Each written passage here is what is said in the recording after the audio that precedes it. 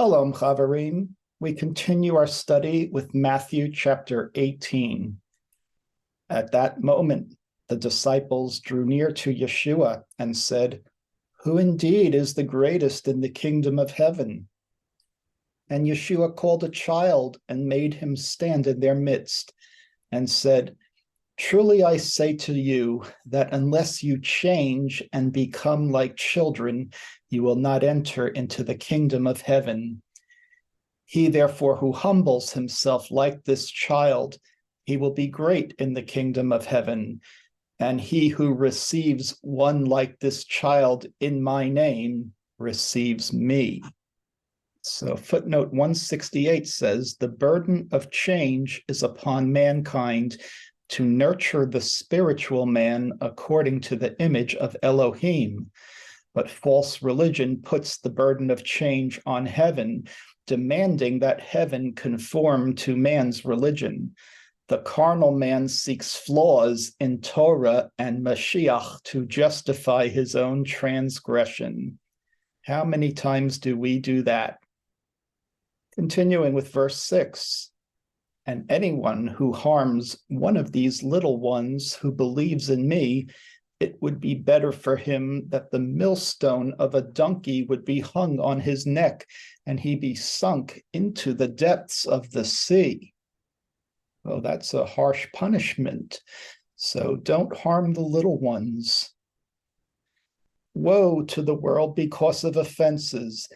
It is necessary for offenses that should come." Interesting. Why is it necessary? "But woe to the man by whose hand the offenses come. And if your hand or foot causes you to stumble, cut it off and cast it away from you." Right, we're going to read some really harsh things that people would normally object to. This is nonsense. This is the language of the times, and let's treat it metaphorically. Okay, "For it is better to enter into lame life, or while you are maimed, than while you have 2 hands or 2 feet to fall into the fire that is everlasting." That's emphasized by Debbie, the lake of fire. And if you ever watch volcanoes, that's what it may look like. Number 9, "And if your eye causes you to stumble, pluck it out and cast it away from you. For it is better for you that with one eye you enter into life than while you have 2 eyes to fall into the Gehenna of fire." That's the Hebrew word for hell. So when I see the word eye, think about how distracted we get, how we could be praying and in worship, and then we see something that totally distracts us, and we spend hours thinking about it. Think about it. Okay, so there's a footnote on 169 for eye. "To enter into life, each one must turn their eyes from carnal things." That's what I was talking about that can distract you, "and put them upon Yahweh." Matthew 5:29, 6:22, 23, 7:35, 20:15. And this is really hard because it'll keep coming back. So we need to rely on Yahweh and Yeshua to help us not to stumble. Verse 10, "See to it that you do not despise one of these little ones. I say to you, for their messengers in heaven, Shamayim, at all times see the face of my Father who is in heaven." So the angels that guard over the children, they always see the face of Yahweh. That's beautiful. 11, "For the Son of Man has come to save that which was lost." What do you think? If a man had 100 sheep and one went astray, does he not leave the 99 and go on to the mountain and seek that which strayed? And if he finds it, truly I say to you that he rejoices at it more than the 99 that did not stray. Think about that, how Yeshua loves us so much, he would carry us back. Likewise, your Father who is in heaven does not wish that any of these little ones should perish. And if your brother with you is at fault, go rebuke him between you and him alone. Very important. It's just a private rebuke. If he listens to you, you have won your brother. And if he does not listen to you, take with you one or two others, because of the mouth of 2 or 3 witnesses, every word is established. Okay. 170 is a technicality, but 171, the concept of witnesses, is in Deuteronomy. So we're going to read Deuteronomy 19 about cities of refuge. When has cut off Yahweh Elohecha the nations of whom Yahweh Elohecha is giving you land, and you dispossess them and dwell in their cities and in their houses, 3 cities you shall separate for yourself in the midst of your land, which Yahweh Elohecha is giving you to possess. It's harsh words, possession, these days, very misinterpreted. You shall prepare for yourself roads and divide into 3 parts the territory of your land, which is giving you to inherit. Look at that word, inherit, as a possession, 3 parts. The only time we're seeing this word, yanchilecha, Yahweh Elohecha, that may flee there any manslayer. So remember that Yahweh is merciful. And this is the case of the manslayer who flees there that he may live. Whoever kills his neighbor not intentionally, and him not intended harm to him in past time. And as when a man goes with his neighbor to the woods to cut timber and swings a stroke his hand with the axe to cut down the tree and slips the head from the handle and strikes his neighbor so that he dies, he shall flee to one of cities these and live. So they're outlining principles of justice here. Lest pursue the avenger of blood after the manslayer while is hot his anger, and overtake him because is long the way, and kill him, and though he not deserve of death, since not he hated he the victim in past time. Upon this I command you, saying, 3 cities you shall separate for yourself. And if enlarges Yahweh, your Elohim, your territory, as he swore to your fathers, and gives you all the land which he promised to give to your fathers, and if you keep all the commandment this and do them, which I command you today, to love Yahweh, your Elohim, and to walk in his ways, ever always, then you shall add for yourself 3 more cities besides 3 these. And lest be shed blood innocent in the midst of your land, which Yahweh, your Elohim, is giving you as an inheritance, and thus be upon you guilt of bloodshed. But if comes anyone to hate his neighbor, and lies in wait for him, and rises against him, and strikes him mortally so that he dies, and he flees to one of these cities, then shall send the elders of his city, and bring him from there, and deliver over him to the hand of avenger of the blood, that he may die. Not shall pity your eye him, but you shall put away blood, the guilt of innocent from Israel, that it may go well with you. Not you shall remove landmark of your neighbor, which have set the men of old in your inheritance, which you will inherit in the land that Yahweh your Elohim is giving you to possess. Not shall rise witness one against a man concerning any iniquity or any sin in any sin that he commits by the mouth of 2 witnesses or upon the mouth of 3 witnesses shall be established the matter. So these are principles of justice that did not exist before Torah was given.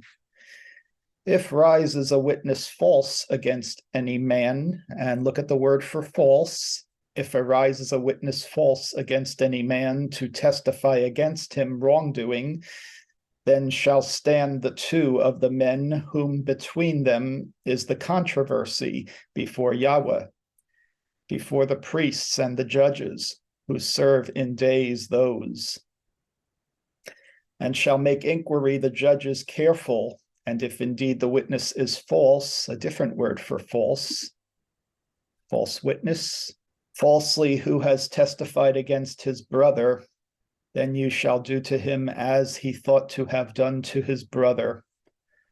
So you shall put away the evil from among you.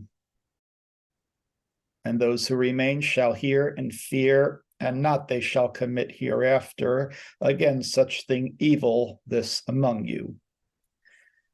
And not shall pity your eye, life shall be for life, eye for eye, tooth for tooth, hand for hand, foot for foot. Okay, so that Deuteronomy is a commentary on verse 16. And if he does not listen to you, take with you one or two others, because of the mouth of two or three witnesses, every word is established. So these principles of Matthew are based on Torah. And if he will also not listen to them, tell the congregation. And if he will also not listen to the congregation, let him be to you like a tax collector and like a heathen. Well, poor tax collectors.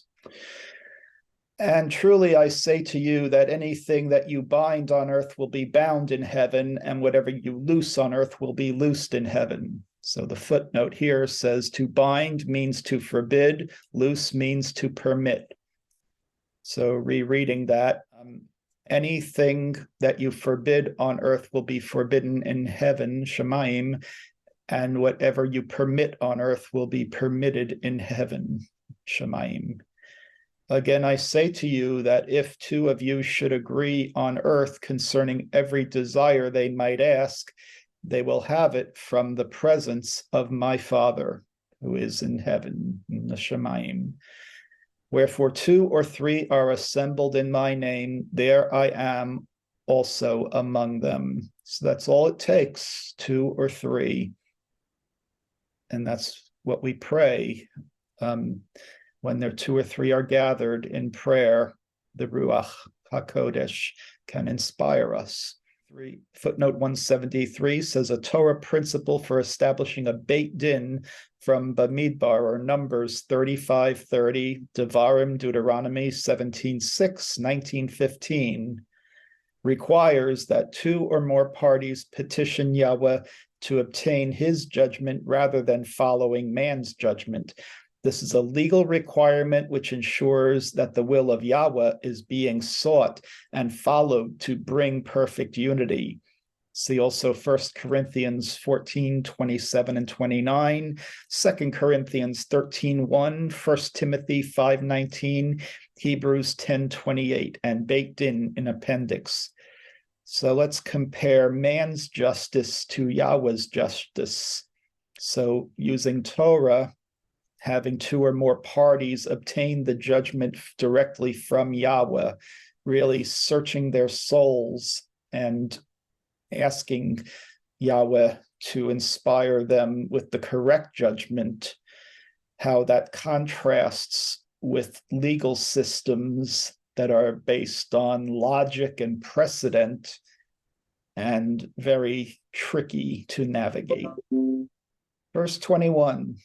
Then Kepha drew near to him and said, my master, how many times should I forgive my brother with me who is at fault? Should I forgive him up to 7 times?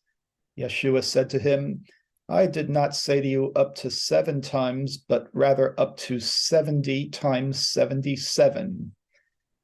Now the footnote here, Aramaic, literally reads as 70 times 77. Paul Yunan has taken this to mean 70 times 77, whereas the Greek has 70 times 7, as do the renderings of Lamsa and Murdoch. Etheridge seems closer to Yunnan with until 70 times 7 and 7, assuming the repeating of Shabbat is not a scribal error. Both readings are represented with 70 times 7 in parentheses. For more information on the prophetic significance of 70 times 7, please consult Wheel of Stars and Appendix. And I'm not going to go into numbers in the Bible because that can become a rabbit hole. People do follow this in depth and figure out connections from numbers. And there's a whole area called gematria, which uses numbers of Hebrew letters. But I would rather us here stick to the text. I mean, that's a lot of forgiving to do. Because of this, the kingdom of heaven is likened to a king who desired to take an accounting from his servants. So we're going to read about this parable. And there's an isolated bet. That's a technicality. Okay, verse 24. And when he began to take an accounting, they brought to him one who owed 10,000 talents. So 10,000 art and music things. So talent is a unit of money. Okay, and when he had no way to repay, his master commanded that he be sold. Ouch. He and his wife and his children and everything that he owes, and he repay. So essentially being in debtor's prison. And that servant fell down and worshipped him and said, worshipped him? Worshipping a king? Nah. And said, my master, be patient with me, and everything I will repay to you. And the master of that servant had compassion and released him and forgave him his debt. So that pleading must have been honest. It sounded honest to the king. Now that servant went out and found one of his fellow servants who owed him 100 denarii, and he seized him and was choking him and said to him, give to me that which you owe to me. Sounds like one of those mobster movies from years ago. And that fellow servant fell down upon his feet, beseeching him, and said to him, be patient with me, and I will repay you. Verse 30. And he did not want to, but went and cast him into prison until he paid him what he owed him. And when their fellow servants saw the thing that had happened, it saddened them very much, and they made known to their master all that happened. Then his master called him and said to him, evil servant, I forgave you all of that debt because you beseeched me. Was it not right for you to have mercy on your fellow servant as I had mercy on you? And his master was angry and delivered him to the scourgers until he repaid everything that he owed him. Likewise, my Father who is in heaven in Shemayim will do to you, unless you forgive each man his brother his offenses from your heart. So that's the message for today. Forgiveness, the power of forgiveness to release the bonds while we're here on earth. It is very difficult to reach that level of forgiveness, especially when people have wronged us. So it's a constant retrying. We keep trying until we are able to forgive. So footnote 176 says, this is a rhetorical question. The servant is expected to know the answer. The servant should have known to have mercy to the other, just as his master was merciful to him. So let us think of the mercy of Yahweh and Yeshua that is given to us, because as sinners, we would be dead without Yahweh and Yeshua.